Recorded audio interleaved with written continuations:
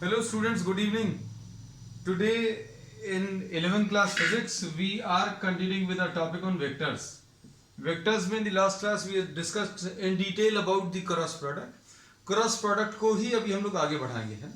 Cross product में अभी हम लोगों ने ये पढ़ लिया था कि a cross b, the cross product of two vectors is given by magnitude of a into magnitude of b into sin theta into unit vector n, है ना. तो इसमें अभी हम लोगों ने ये बताया था कि ये एक वेक्टर क्वांटिटी है. a क्रॉस b जो है this is a vector quantity, और इसका जो वेक्टर है इसमें दो चीजें अभी हम लोग डिफाइन करेंगे. a क्रॉस b एक वेक्टर आएगा, दो चीजें इसमें रहेगी, एक तो क्या मैग्नीट्यूड और दूसरा इसका डायरेक्शन, है ना. तो डायरेक्शन अभी हम लोगों ने बोला इसका डायरेक्शन डिफाइन करने के लिए अभी हम लोग n कैप का यूज करते हैं, और मैग्नीट्यूड अभी हम लोग बोलते हैं इसका क्या आता है, magnitude of a into magnitude of b into sine theta, और सिंपल इसको ए बी साइन थीटा भी लिख लेते हैं, ठीक है. और ये जो डायरेक्शन एन कैप से पता चलता है ये यूनिट वेक्टर कहीं पर भी हम लोग यूज करते हैं टू डिफाइन द डायरेक्शन, क्योंकि किसी भी यूनिट वेक्टर का खुद का मैग्नीट्यूड 1 होता है. मतलब अगर आप इसका मैग्नीट्यूड देखेंगे तो इसका मैग्नीट्यूड 1 है, लेकिन इससे डायरेक्शन पता चल रहा है, और डायरेक्शन कैसा है, this is perpendicular to unit vector n is perpendicular to a and it is perpendicular to b, है ना. तो इसके बेसिस पर अभी हम लोगों ने कहा कि a क्रॉस b का direction given by direction of n cap, है ना. और इसमें अभी हम लोग ऐसा कहते हैं a क्रॉस b और n कैप, इन दोनों की ही अगर बात करें तो परपेंडिकुलर टू a रहेगा एंड a क्रॉस b और n कैप दोनों ही परपेंडिकुलर टू b रहेंगे. तो अब हम लोग कह सकते हैं a cross b will be a vector which will be perpendicular to the plane containing a and b, है ना. फिर इसमें परपेंडिकुलर में भी अभी हम लोगों ने बोला दो डायरेक्शंस रहेंगे. दो डायरेक्शंस कौन से रहेंगे बच्चों, इसमें अभी हमने बोला perpendicular to a and b will be perpendicularly outward and perpendicularly inwards, है ना. अभी हम लोगों ने इसमें ये बोला if these are the two vectors, तो इसमें परपेंडिकुलर इन दोनों के एक इधर की तरफ भी हो सकता है, एक it can be towards the back side. A cross B जो है बच्चों एक आपकी तरफ हो सकता है, एक टुवर्ड्स दी बोर्ड हो सकता है. इन दोनों में से आइडेंटिफाई करने के लिए अभी हम लोग राइट हैंड रूल का यूज कर रहे हैं. और राइट हैंड रूल क्या बोलता है कि अगर आपको किसी भी क्रॉस प्रोडक्ट का डायरेक्शन बताना है, इसका डायरेक्शन अगर बताना है, तो आप राइट हैंड का यूज करें और rotate the first vector towards second vector. First vector को सेकंड वेक्टर की तरफ रोटेट करें, जैसा रोटेशन आएगा वैसा कर्ल ऑफ द फिंगर्स ले लो. The direction of the stretch thumb will give you the direction of the cross product, है ना. तो इसका डायरेक्शन अभी हम लोगों ने बोला इसका डायरेक्शन रहेगा perpendicular to paper and outwards. इसका डायरेक्शन ए क्रॉस बी का कैसा रहेगा, perpendicular to paper and outwards.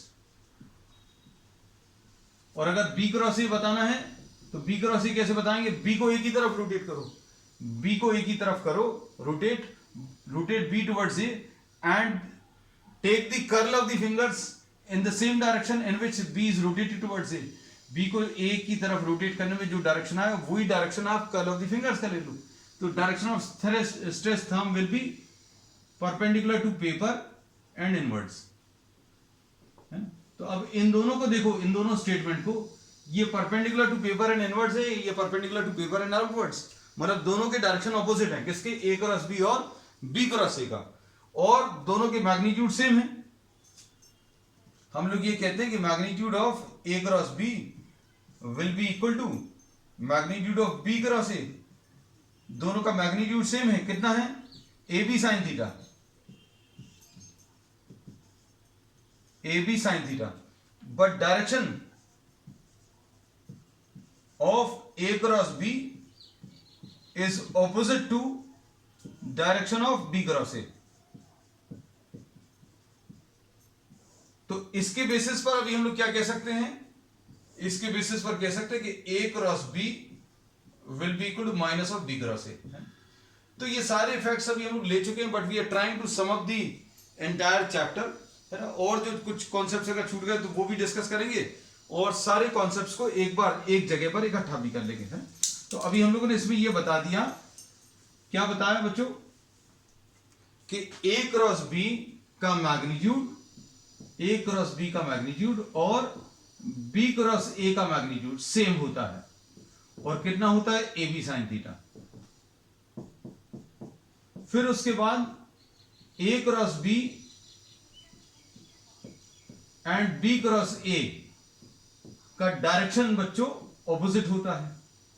इसके बेसिस पर कह सकते हैं that A cross B will be what, negative of B cross A, ऐसा कुछ कह सकते हैं। अब इसके बाद और जो चीजें अभी हम लोगों ने बताई थी कि A क्रॉस B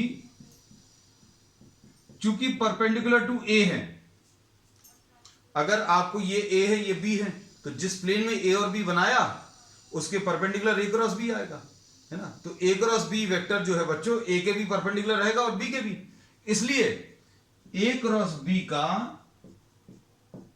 जो डॉट प्रोडक्ट है, A क्रॉस B का बच्चों डॉट प्रोडक्ट किसके साथ, A के साथ, 0 आता है।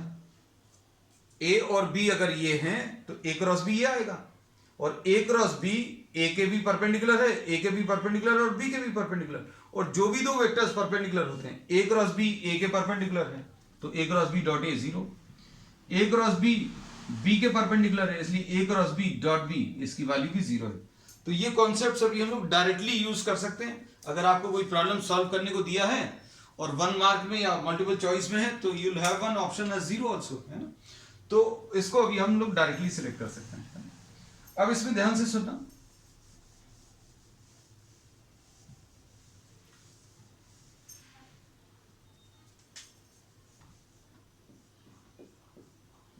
अब A plus B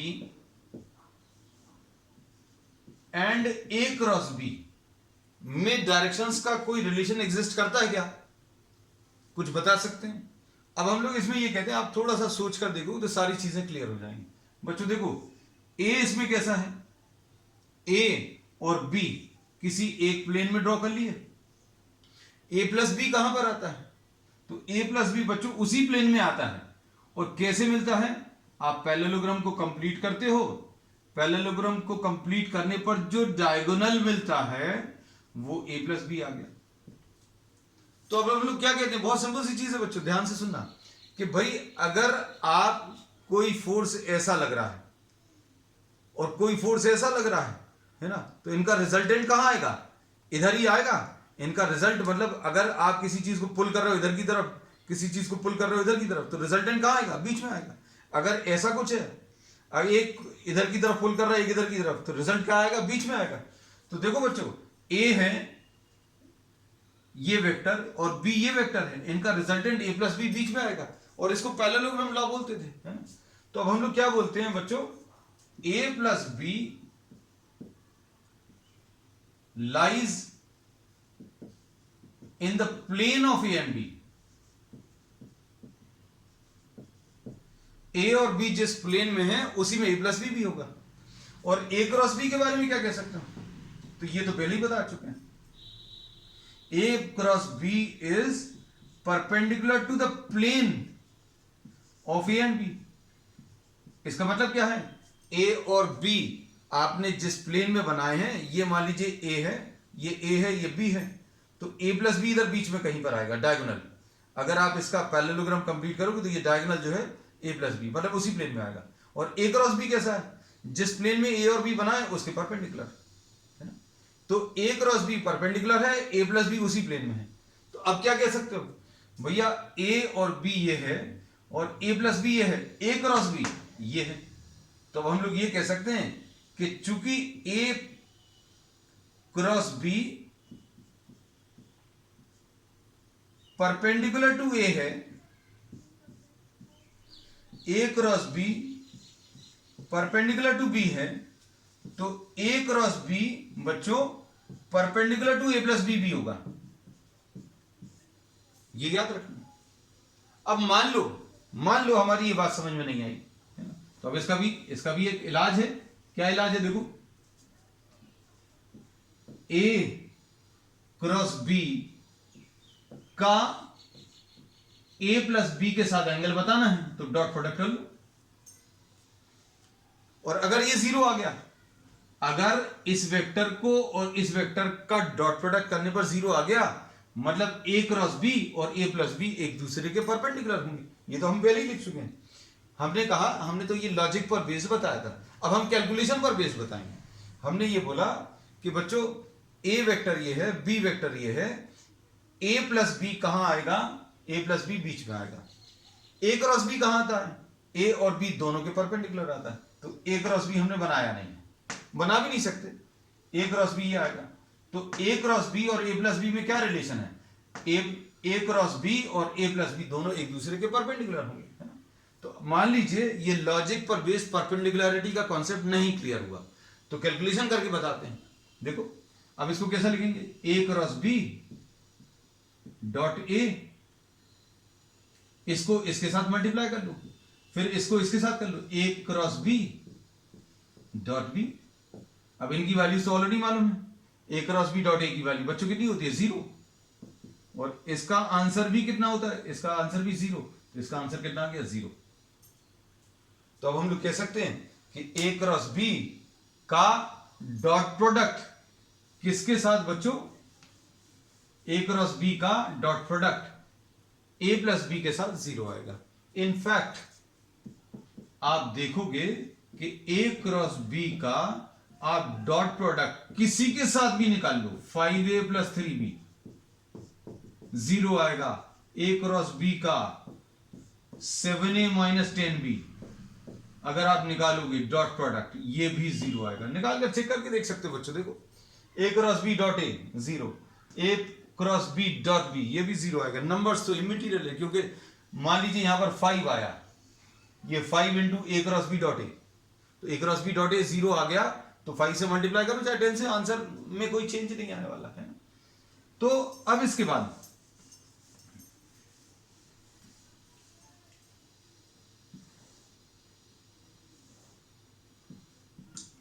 for 3 coplanar vectors, अब इसको अच्छे समझना,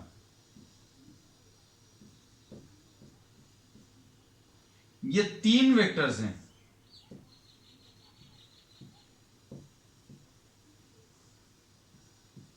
ये कैसे हैं, एक ही प्लेन में, एक प्लेन में आपको लग रहा है होंगे, है ना, एक प्लेन में नहीं है, ऐसा कुछ सोच सकते हो क्या। मान लीजिए ए और बी तो अभी हमने एक प्लेन में बना लिया, और किसी ने सी ऐसा बना दिया,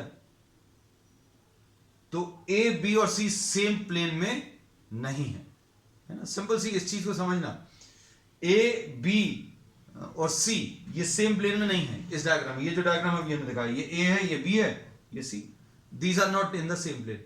लेकिन अभी हमने बोला these are in the same plane, same plane यानी कोप्लेनर, है ना। तो ये देखो ए बी एंड सी। अब आप इसमें अच्छे सुनना, क्रॉस प्रोडक्ट की डेफिनेशन के बेसिस पर, क्रॉस प्रोडक्ट की डेफिनेशन के बेसिस पर कह सकते हैं A cross B will be perpendicular to the plane containing A and B। ये तो डेफिनेशन से मालूम है ये तो। लेकिन A cross B is perpendicular, एक अगर A ये है, ये B है, तो A क्रॉस B ऐसा आएगा।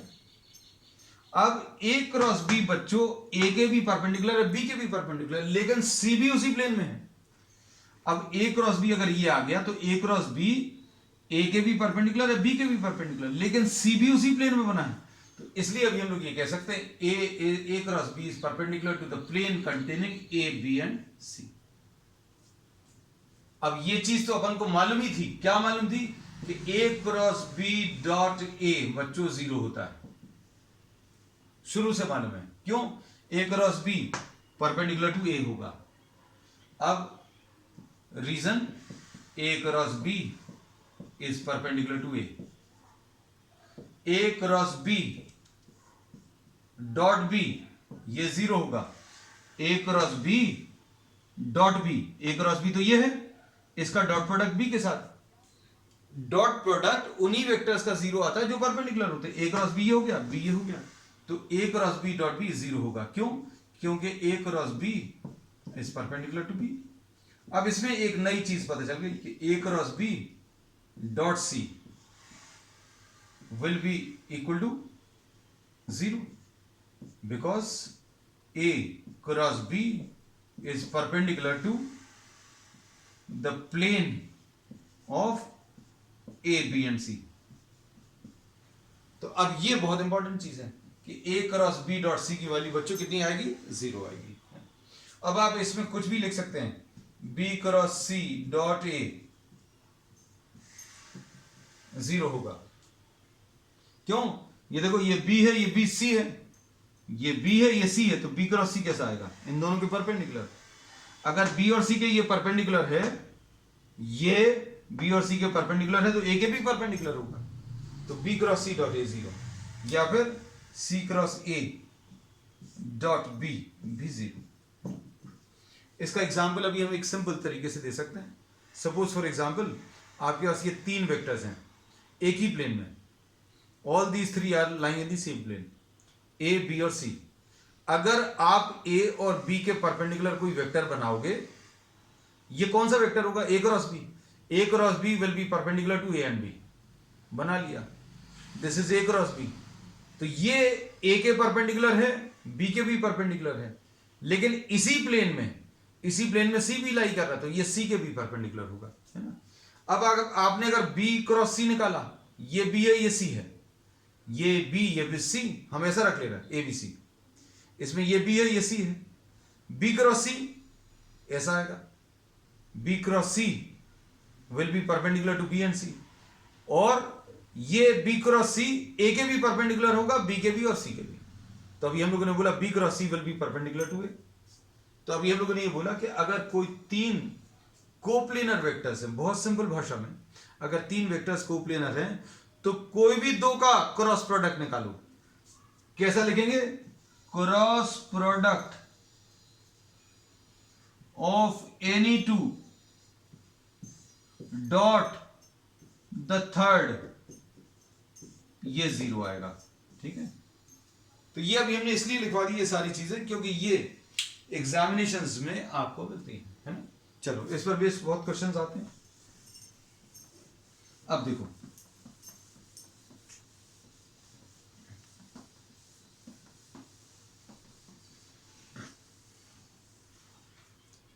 नेक्स्ट अभी हम लोग इसमें ले रहे हैं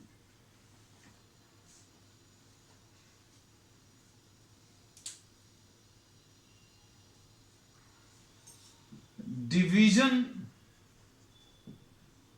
by a vector not defined, है ना। ये याद रखना, ये बहुत इंपॉर्टेंट पॉइंट है। आप किसी भी स्केलर को किसी वेक्टर से, स्केलर को वेक्टर से या वेक्टर को वेक्टर से डिवाइड नहीं कर सकते।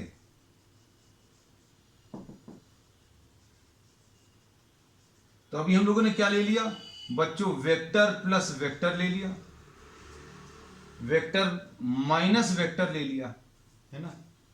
अब स्केलर इनटू वेक्टर ले लिया, वेक्टर इनटू वेक्टर के 2 टाइप्स ले लिए।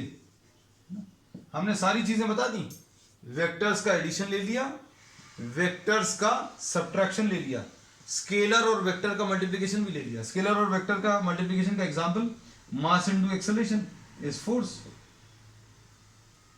स्केलर का वेक्टर से मल्टीप्लिकेशन, एक वेक्टर आएगा, ये भी ले लिया।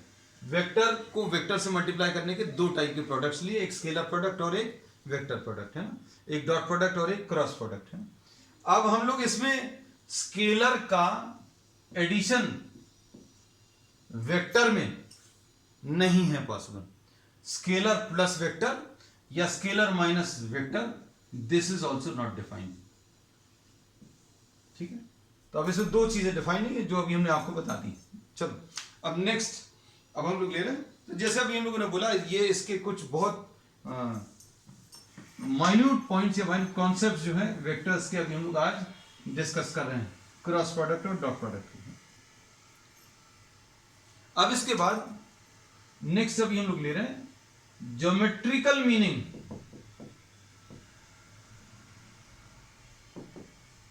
Of the cross product. अब अपन लोगों ने क्रॉस प्रोडक्ट तो सीख लिया है ना, तो भैया क्रॉस प्रोडक्ट निकालकर अभी हम लोग कर क्या रहे हैं, क्या इससे कुछ निकलता है? तो हाँ, फिजिक्स में तो बहुत सारी चीजें निकलती हैं, ज्योमेट्री में इसका कुछ यूज कर सकते हैं क्या? देखो जरा, देखते हैं। सपोज ये बी है, ये ए है ना? ये एंगल थीटा है। अब इसमें हम लोग magnitude of A cross B को लिख लें, पता तो करें ये दे क्या रहा है ना? Magnitude of A cross B क्या होता है? A B sine theta, A B sine theta है ना। मैग्नीट्यूड लिखा अभी हम लोगों ने, we are just writing the magnitude.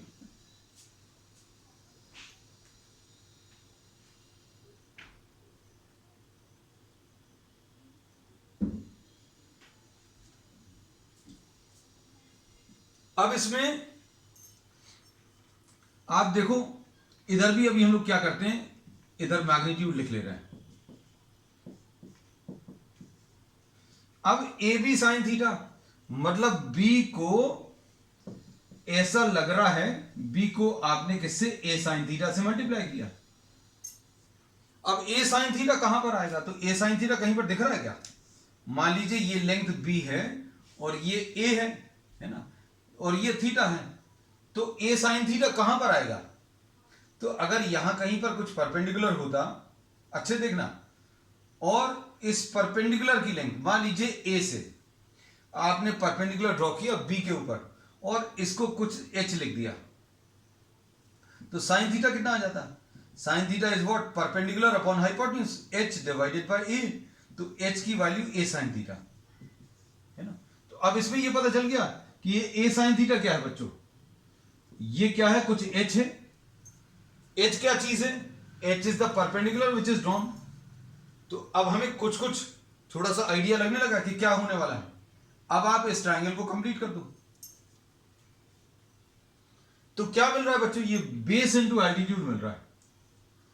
A B sine theta जो है, ए बी साइन थीटा, ये क्या है एक्चुअल में? Base into altitude, base into H. अब बेस इंटू एल्टीट्यूड क्या होता है? तो बेस इंटू एल्टीट्यूड बच्चों क्या होता है? 2 times the area of triangle है ना। तो इससे अभी हम लोगों को पता चल रहा है कि कुछ एरिया जैसा मिल रहा है। अब एरिया जैसा मिल रहा है क्या है, वो हम आपको एग्जैक्टली बिल्कुल एग्जैक्ट टर्म्स में कैलकुलेट करके बता दे रहे हैं। इसको ओ लिख दिया, इसको ए लिख दिया, इसको बी लिख दिया। इसमें देखो हम ये फिर से, ये वेक्टर बी है, ये वेक्टर ए है, और अगर आप इस ट्राइंगल को, ये जो दो वेक्टर्स दिए हुए हैं, अच्छे सुनना बच्चों, ये जो दो वेक्टर्स दिए हुए हैं, इन दो वेक्टर्स के ट्राइंगल को अगर आप कंप्लीट करें, ट्राइंगल कंप्लीट कर दिया और यहां से एक परपेंडिकुलर ड्रॉ कर लें, तो परपेंडिकुलर भी ड्रॉ कर लिया है ना। अब इसमें ध्यान से देखना, area of the triangle will be half base into altitude, half B into H. अब एच कैसे मिलेगा? एच देखो साइन थीटा से मिलेगा, sine theta will be equal to perpendicular divided by hypotenuse. तो एच की वैल्यू बच्चों क्या आ गई? A sine theta. एच की वैल्यू क्या आ गई? A sine theta. तो अब रख दो वैल्यू, तो हाफ बी, एच की वैल्यू कितनी आ गई? A sine theta. अब देखो ये क्या आ गया? ए बी साइन थीटा, और ए बी साइन थीटा क्या है? Half magnitude of A cross B. अब पता चल गया कुछ कि ए क्रॉस बी करो, find out A cross B, find out the magnitude of A cross B and take its half, उसका आधा ले लो, तो क्या मिलेगा? एरिया ऑफ द ट्राइंगल मिल जाएगा। कौन सा ट्राइंगल? जो ए और बी से मिलकर बना है। आपने ये ए ले लिया, ये बी ले लिया, ये ए ले लिया, और इससे जो ट्राइंगल बन रहा है उसका अगर एरिया निकालना है, आपको एक वेक्टर बी दिया है और एक वेक्टर ए दिया है, इससे जो ट्राइंगल बन रहा है, इस ट्राइंगल का एरिया अगर आपको निकालना है तो आप दोनों का क्रॉस प्रोडक्ट निकालो, ए क्रॉस बी, और मैग्नीट्यूड लो और मैग्नीट्यूड लेकर हाफ कर दो, तो एरिया ऑफ ट्राइंगल मिल जाएगा। तो ज्योमेट्रिकल मीनिंग पता चल गया कि बच्चों कोई दो वेक्टर्स का क्रॉस प्रोडक्ट, कोई दो वेक्टर्स का क्रॉस प्रोडक्ट, उसका आधा, half of it gives you the area of the triangle, which triangle, which is found by the two vectors A and B. अब इसको और थोड़ा सा सिंप्लीफाई करें, तो half A cross B gives the area of the triangle formed by A and B as the two sides, of the triangle, है ना। अब देखो,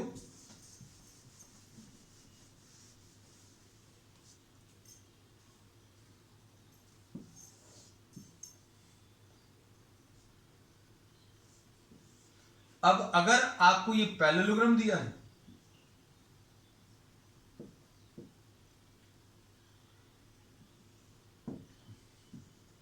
area of parallelogram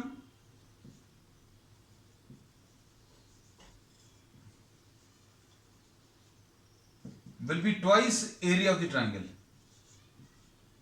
2 times what? 2 times the area of the triangle. अब 2 times the area of the triangle का मतलब क्या है बच्चों? 2 times the area of the triangle मतलब 2 times area of triangle अभी हमें निकाला है, हाफ ए क्रॉस बी। तो ए क्रॉस बी अगर आप निकालोगे तो क्या मिलेगा? ए क्रॉस बी निकालने पर एरिया ऑफ पैरेललोग्राम मिलेगा। कौन सा parallelogram? Which is found by A and B as its two adjacent sides.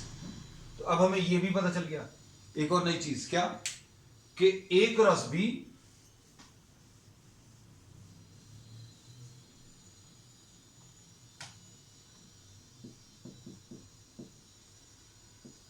gives area of the parallelogram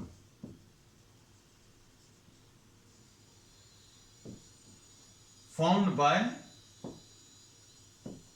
A and B as its two adjacent sides। ठीक, चलो अब next concept पर आ जाते हैं। Next है इसमें the geometrical meaning of dot product, ये भी ले ले रहे हैं आज, ज्योमेट्रिकल मीनिंग ऑफ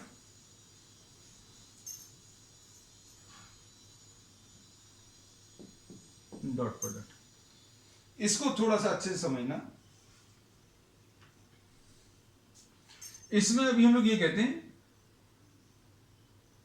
कि ए डॉट बी बच्चों क्या होता है? It is A B cos theta. It is what? A B cos theta. अब देखो, मान लीजिए ये बी वेक्टर है, ये ए वेक्टर है ना।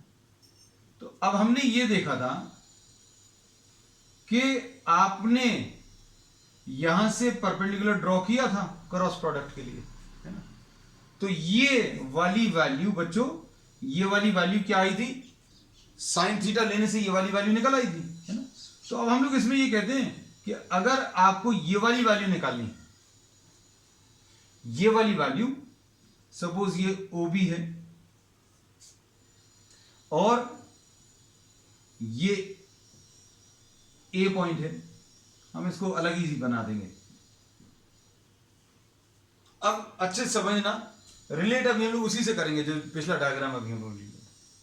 हमने ये बोला कि आप अगर किसी एक वेक्टर के दोनों पॉइंट से, किसी एक वेक्टर के दोनों पॉइंट से परपेंडिकुलर ड्रॉ करो दूसरे वाले वेक्टर के ऊपर, है ना, तो देखो कैसा आएगा। सपोज अगर ये दोनों अलग होते, जैसे मान लीजिए OA, ए वेक्टर अगर अलग होता, तो ये यहां से जो परपेंडिकुलर अभी हम लोग ड्रॉ करते, तो ये जो लेंथ इसके ऊपर आती है उसको अभी हम लोग प्रोजेक्शन बोलते हैं। प्रोजेक्शन या फिर इसको कंपोनेंट भी बोलते हैं। This is termed as what? The projection of this vector along this. Projection को बहुत सिंपल भाषा में अगर अभी हम लोग बोलें कि अगर आप इमेजिन करो कि इधर कहीं से लाइट आ रही है, इधर कहीं से लाइट आ रही है और ये वाला वेक्टर इसके ऊपर जो शैडो बनाएगा, ये वाला वेक्टर, जैसे मान लीजिए अगर लाइट इसके ऊपर गिर रही है तो शेडो कहां पर आएगी, जहां यहां पर लाइट गिर रही है। तो बच्चों लाइट ऐसी गिर रही है तो ये लेंथ ऑफ द शेडो आ जाएगी, है ना? तो जितने हिस्से पर शेडो आएगी उसको अभी हम लोग प्रोजेक्शन बोलेंगे। सिंपल है। तो अब हम लोग इसको कैसा बोलेंगे, ध्यान से देखना। अगर आपने इधर से लाइट गिराई तो कैसा आएगी इसकी शेडो, यहां पर अभी हम लोग बोलेंगे लाइट इधर तो पूरी आ जाएगी, इसके इस तरफ, इसके इस तरफ भी पूरी आ जाएगी। ये वाला जो हिस्सा है वो शेडो वाला रहेगा, है ना? तो प्रोजेक्शन निकालने के लिए अभी आप ऐसा कुछ इमेजिन कर लेना, है ना? अब आपको अगर प्रोजेक्शन ऑफ ए बताना है, प्रोजेक्शन किसका बताना है, ए का, किसके ऊपर बताना है, बी के ऊपर, है ना? तो अभी आप क्या करोगे, ए से परपेंडिकुलर ड्रॉ करोगे। ये सबसे ज्यादा सिंपल तरीका है। तो इसमें बच्चों O M is called, O M, this length is called what, projection of A along B, projection of A vector along what, B vector.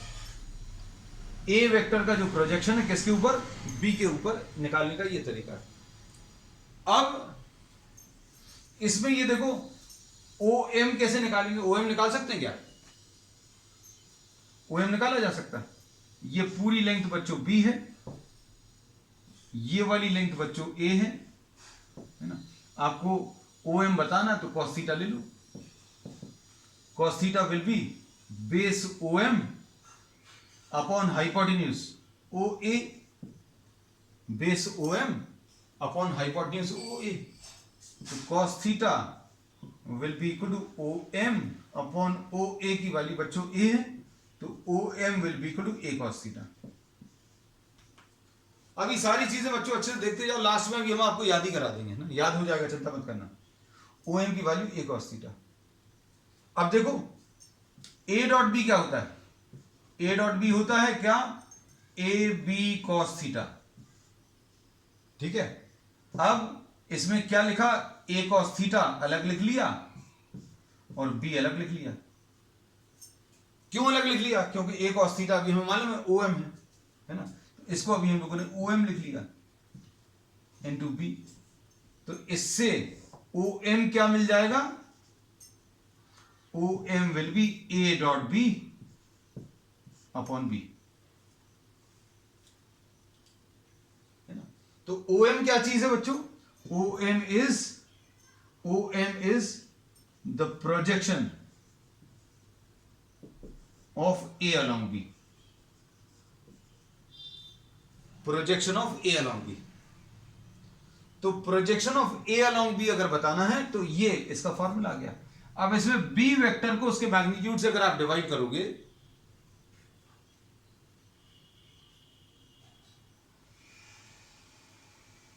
B vector को उसके मैग्नीट्यूड से डिवाइड करोगे तो क्या आ जाएगा, यूनिट वेक्टर आ जाएगा।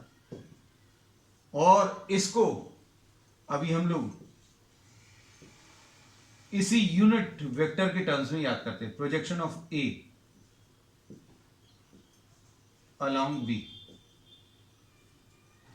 हम इसको कैसा बोलेंगे, projection of A along B चाहिए, किसका प्रोजेक्शन चाहिए, ए का प्रोजेक्शन चाहिए, तो ए लिख लो, projection of A along B. Projection of A along B में प्रोजेक्शन ऑफ ए चाहिए तो ए लिख लो, किसके अलोंग चाहिए, बी के अलोंग चाहिए तो बी का यूनिट वेक्टर। तो ये फॉर्मूला याद रखने का तरीका है क्या, कि आपको प्रोजेक्शन ऑफ ए चाहिए तो ए लिख लो, किसके अलोंग चाहिए उसका यूनिट वेक्टर लिख लो। इसी के बेसिस पर कह सकते हैं projection of B along A, projection of B along A कैसे मिलेगा, किसका प्रोजेक्शन चाहिए, बी का चाहिए तो बी लिख लो, किसके अलोंग चाहिए वहां का यूनिट वेक्टर, है ना? इनका भी हम लोग यूज करेंगे प्रॉब्लम्स में तो ज्यादा अच्छे से क्लियर होगा। अब हम लोगों ने किया क्या है, तो ये देखो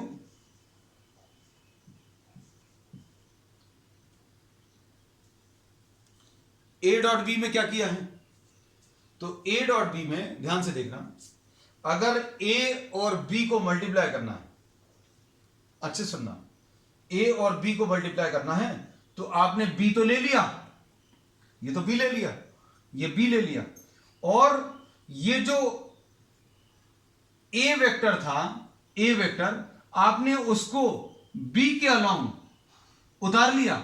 ये अभी हम लोगों ने बोला ये ए वेक्टर ऐसा कुछ था, अब आपने इसको किसके अलोंग, बी के अलोंग कॉपी कर लिया। अब आपको ये बी वेक्टर और ए वेक्टर अगर मल्टीप्लाई करना है तो भैया बी तो ऐसे ही ले लो, और आप ए को भी कहां, इसके अलोंग ले लो, और ए को इसके अलोंग लेंगे तो कितना आ जाएगा, ए कॉस थीटा, है ना। तो अब हम लोग इसको ऐसा भी याद रख सकते हैं, कैसा,